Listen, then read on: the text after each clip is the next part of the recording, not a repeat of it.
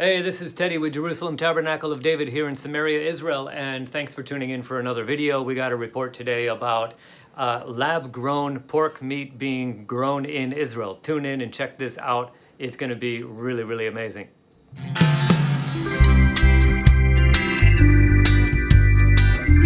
we get to that article, I want to go back to an older article from May 27, 2021 on page 4. Check this headline out. So apparently this guy was basically pretending to be an Orthodox Jew. He's an American guy, and he was trying to use his spy status to basically try to be, well, let's just leave it and call it the M word, because I don't want to be saying that kind of. So Timothy Buckles has allegedly sought to infiltrate Orthodox U.S. synagogues and posed as Jewish when in Jerusalem. An individual known as Timothy Buckles, Tim Lane, and Ami Rowan Buckles, living in Jerusalem and posing as an Orthodox Jew, has been accused of being a covert Messianic Christian, M-I-S-S-I-O-N. The allegations have been made by the Benenu anti-missionary organization on the back of research it conducted into Buckles' identity. Benenu recently exposed another covert missionary, Michael Elk, who posed as an ultra-Orthodox rabbi, scribe, and moel, but who has been shown to be non-Jewish and an activist in Messianic congregations and organizations. Buckles did not respond to several requests for comment. Buckles, who was closely associated with Elk, is originally from the U.S. but made Aliyah in 2017, immigration Aliyah, and has been involved in Messianic Christian groups since at least 2010. He was the head of the Messianic organization Semek David. All right, in a YouTube channel, Buckles delivers a monologue discussing whether Jews who do not believe in Jesus go to hell, although he concluded that this was not the case, based on the incident in the New Testament where Jesus absolved Jews of his death since they did not know what they were doing. Interesting that you always get really wacko theology when you get wackos who are basically lying to cover up their identity and playing games and running from the police and doing weird stuff like that. Funny that those type of people also have really strange theology as well. According to Benenu, Buckles converted to Judaism through a fake rabbinical court set up by Elk, and the organization says it believes Buckles used his conversion certificate to obtain Israeli citizenship when he immigrated in 2017. Wow, this story gets, I'm just skipping through to a few more. I mean, this is ridiculous. Now, he has been turned in by a former missionary who basically went back to Judaism. Shannon Newson, a former missionary and head of Benenu, asserts that Buckles had posed and continues to pose as a Jew, but in reality is committed to his Messianic Christian faith. Missionary activity is legal in Israel. Immigration fraud is not, said Newson, in reference to the possibly fraudulent manner Buckles obtained citizenship. If he did indeed use his false conversion through Elk's rabbinical court for the purposes of Aliyah, immigration. Yeah. According to Benenu, Buckles published several articles in the Messiah Journal for First Fruits of Zion in 2019 and 2020 under the name Tim Lane, although the author's name online has now been changed to Ami. So apparently that American, I think it's an American Messianic congregation, teaching organization is also involved in the fraud and the cover-up, changing his name and publishing his stuff.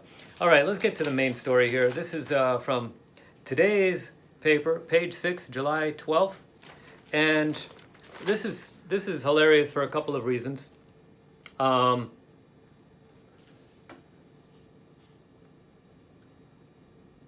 right. So there's this company called Meat Tech 3D. Looks to lead the world in slaughter-free, sustainable meat production. Now, the crazy thing about this is we see here in the first paragraph Well, let's say the second paragraph. The first one being, will Israel one day be a leading exporter of lab-grown pork? And will it be kosher? Nes Ziona-based Meatech 3D, considered one of the leaders of the lab-grown cultured meat technology field, announced last week that it had begun research and development of porcine cell lines that could one day lead to the mass production of cultivated pork. I don't know if that's pronounced porcine cell lines or porcine cell lines. Sorry, I didn't look it up for the pronunciation, but it's spelled P-O-R-C-I-N-E. And, you know, besides the comedy in this, there's even more comedy here, because the name of the city where this company is located, MeatTech 3D, MeatTech 3D. It's located in the Israeli city of Nets Ziona, which is a little ways outside of Tel Aviv, not far from Bat Yam, where I was staying during the rocket war in May 2021. So, you know, that name, Nes Ziona, means miracle of Zion. All right, see that there in this? Well, let me. I guess I got to. What do I got to do here? I gotta hit focus. Focus on the camera. All right. So that's called Nes Ziona. But look at that. They put this misspelling here, Nes Zona. They forgot the I, and what that means is miracle hoe, or miracle prostitute, if you will. So kind of a hilarious misspelling there, typo. You know, they should really, this newspaper, they should really hire me as a proofreader. I'm really good at it. I spot typos everywhere all the time, but especially in Israeli English newspapers, where probably a lot of the writers maybe speak English as a second language, so you can't really blame them. But it's kind of embarrassing when a typo like that happens. But alas, they're not going to hire me, because they can't hire me because I'm not legally allowed to work in Israel. So this is why I keep on reaching out to the nations and keep on shipping out these harps, the 10-string harps, out to the nations, Bible teaching, reaching out in various ways to the nations, and this YouTube channel is a part of that. So thank you for tuning in. Thank you for hitting the subscribe button and the alert me of notifications, and for sharing this video and the other videos with your friends, especially those who might be inclined to pray for Israel and pray for the kingdom of Yeshua to go forward. I have another channel that is more suited for outreach for people that are maybe not quite so religious, but maybe interested in the news and what's going on. That channel is called Bomb Shelter Bibles, BSB, Bomb Shelter Bibles. And this channel, I'll just put a link here. You know, hopefully I'll put a link there in the description below. The move regarding this company, this move could make MeatTech the world's only publicly traded cultured meat company. So that's a trading opportunity if you want to buy shares. Publicly traded cultured meat company, a front runner in the race to create a slaughter-free, sustainable version of the most consumed meat worldwide. Pork is the most consumed meat worldwide? Well, it's not consumed by Muslims, that's for sure. They got that part of reading the Torah correctly. Christians somehow skipped that part because I think they got confused by the vision in Acts chapter 10. When we take a look at that, we see that there is the eat the meat in the sheet vision that comes down, and Peter sees that. And a lot of people don't bother reading through the end of the chapter, which basically explains the meaning of the vision. No, but they just stop reading and say that they already know the meaning of the vision. And the meaning of the vision is that, well, okay, maybe it's about humans, maybe it's about different groups of people around the world, and that now it's time for the gospel to go to them. But it also means that the diet has changed. That's what a lot of Christians think. But actually, there is no hint in the chapter of any kind of dietary change at all whatsoever. It is a leap to a conclusion. Actually, all the animals in that vision are simply a metaphor for nations. Basically, unclean nations is what they're a metaphor for. Nations which have not been cleansed. And what we see when Peter finally gets to the Roman guy's house, his name is Cornelius, you might have heard of him, Acts chapter 10, he finally gets there and he explains that Elohim has shown me not to call anything unclean which he has cleansed. And he's shown me that your house is clean because Elohim has cleansed your house. Why has Elohim cleansed Cornelius's house? Well, we don't know exactly it's not stated the reason why, but what we do see is that Cornelius had been attending synagogue and studying Torah and learning the way of the Jews and learning to obey the scripture, and to such a great degree that all the Jews of the land held him in high respect. They're not going to hold a Roman guy in high respect if he's disobeying the Bible. They're not going to hold him in high respect for that. Why? Just because he's rich? No, that doesn't make sense. That's not something for high respect. High respect is reserved from a Jewish perspective for people who are obeying the word, obeying the scripture. So there's no excuse for ignoring the rest of the chapter and just stopping reading at verse 16. When we see in verse 17 that Peter himself, who was the one that was there, he had the vision, and he was confused and baffled and perplexed by the meaning of the vision. You can think of it. He's a Jewish guy. Even if he's from Galilee, even if he's only a lowly fisherman, he's still Jewish. He still knows the word. He's still memorized portions of the word for his own bar mitzvah. And he's there thinking, he's baffled. He's thinking, the vision, 3 times. Eat the meat in the sheet, eat the meat in the sheet. What can it mean? It can't mean literally because God's word never changes. So what then does it mean? What could it mean? What could it mean? It can't be literal because Elohim's word never changes. What does it mean? This is what it says when it says that he was baffled and perplexed and bewildered about what the meaning of the vision was. Then he gets the meaning of the vision. After Cornelius, his messengers come to the house where he's staying, and he decides to go with them, walk all the way to Caesarea, otherwise known as Caesarea in Hebrew, learning a little bit more Hebrew as well, besides the Nes Zona versus Nes Diona. Then he gets there, and on the walk, which is about a 3-day walk, I think, unless he's really fast, he apparently gets revelation from the Father. And when he arrives to the house in Cornelius' house in Caesarea, they say, no, you can't come in here because for you it's unclean. He said, no, it's okay. I'm coming in because Elohim has shown me not to call anything unclean, which he has cleaned. Elohim had cleaned Cornelius' house because Cornelius had obeyed the word. Cornelius had studied the word. He'd been learning the word, and he had applied it to his own life. And his house was righteous, his house was cleansed, his family members, his servants were all cleansed. In fact, the servant that he sent was a righteous man as well. That was the servant that he sent to pick Peter up. So, Peter had the revelation that Elohim had cleansed, and this is not only a pure miraculous thing, that Cornelius' house was miraculously made clean. No, it also involves obedience. Cornelius had also decided to obey. He decided to walk in the ways of the word. So, back to the article here. That's an interesting thing that ties in with Peter and what people believe. But apparently this article has made the claim that pork is the most widely eaten meat in the world, and I can understand why, because pigs eat garbage. You can feed them crap. You can feed them all kinds of garbage and they'll eat it and they'll prosper because they're unclean animals, and that's how unclean animals are. Like cats. Have you seen my cat in the video? He's actually, I'm cat sitting for him. His name is Israel. I renamed him to Izzy, and I've been watching out for him.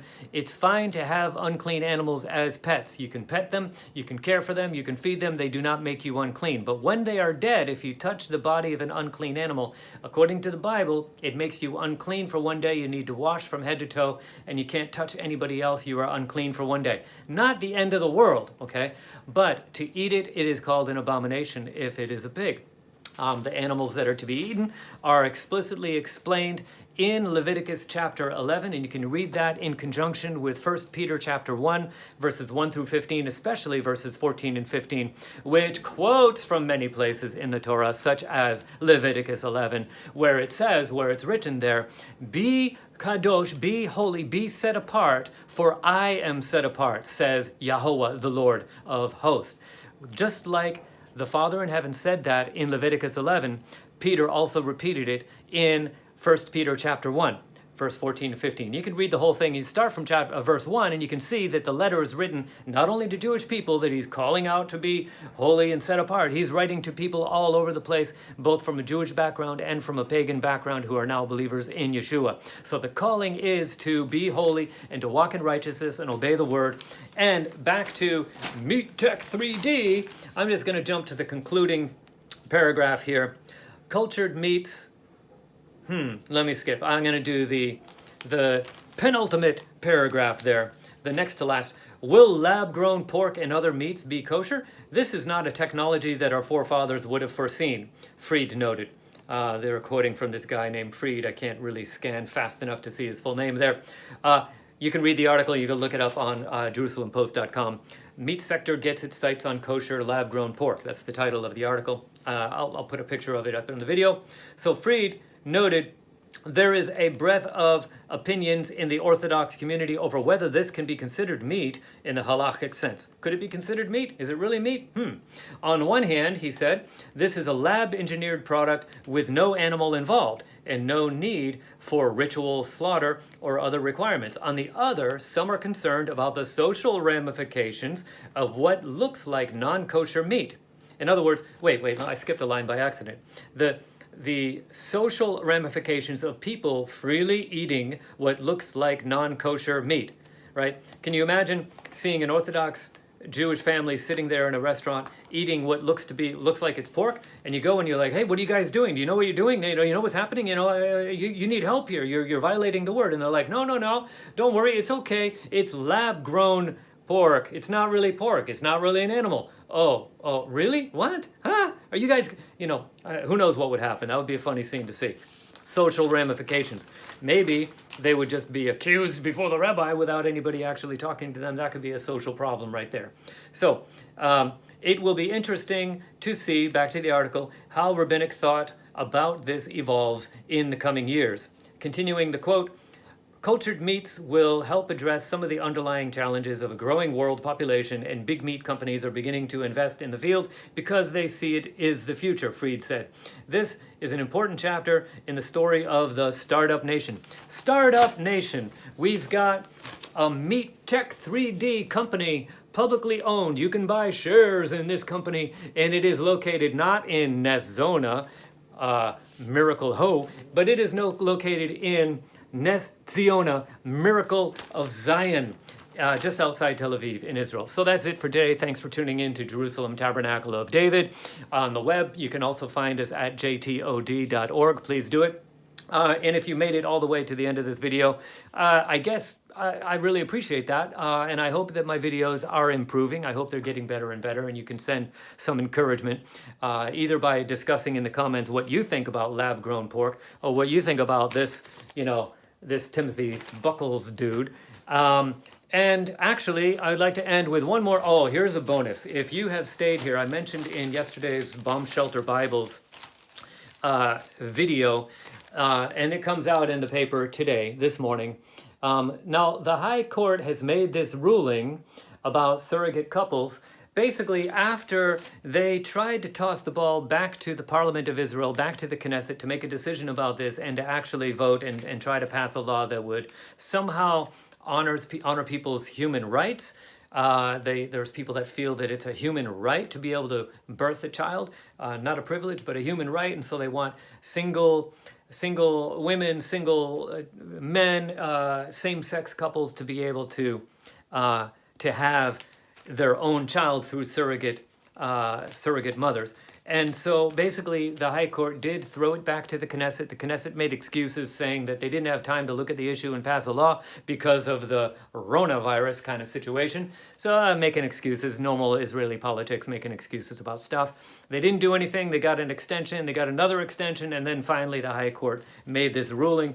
And this is a gay member of the Israeli parliament. His name is Nitzan Horowitz. Of course, he's smiling. He's pretty happy. He's pretty excited about this. This has been working its way through the political/legal system in Israel since 2010. And there was one big case filed that year, and then another case filed in 2015. So, what do you expect? The rest of the world is doing its thing. Israel has been brought here back miraculously from the rest of the world. You read Ezekiel 36 verses 18 through 24, and you see that when Elohim decides to bring the people of Israel back from the nations back to the land, it's not because they repented, it's not because they got themselves clean, cleansed themselves from all the sin and unrighteousness, cleansed themselves from all the idolatry. No, he brings them back solely because of his name. His name had been made to look bad because of the scattering, because the nations would look at them and say, look, these people says that they're the people of Elohim, and look at them, they're wandering around, they have no property, they have no land, they have no rights, they're just being chased from one nation to another. It's making Elohim look bad. So for that reason, that is why he brought them back. Now that he has brought the children of Israel back from the nations, back to the land of Israel, now is the time, in this time in history, when he is pouring out, sprinkling the clean water upon the people, taking out the heart of stone and putting in a heart of flesh. I think that right now we are still in the time of history where it's still just the sprinkling of water. So I'm here to plant more seeds so that the water can help the seeds to grow. We are still far away from the stage when he will begin taking out the heart of stone and putting in a heart of flesh, and the results of that is going to be phenomenal. Now's the time to plant seeds. Don't you want to help me plant seeds? Don't you want to encourage me? I ask that you would do that. I ask that you would check the links below and go over and browse over to JTOD.org. That's the initials for Jerusalem Tabernacle of David.org. JTOD.org. And you can check out our other channel as well, Yerubali the Band, for the music channel. And you can also check out the other channel for outreach and more news-based kind of things at Bomb Shelter Bibles. That's the other YouTube channel. And some of those videos, you can find them all at jtod.org. And do some prayer, think about it, put some consideration, and think about if you would be able to send at least a small donation of any size. Everything helps. Thank you so much for watching. Thanks for tuning in. And we're going to catch you in the next video with more news and with more Bible scriptures and explanation and teaching, and with a good mix of spiritual content as well as news updates and content as well. Thanks so much, and we'll see you in the next one. Thanks.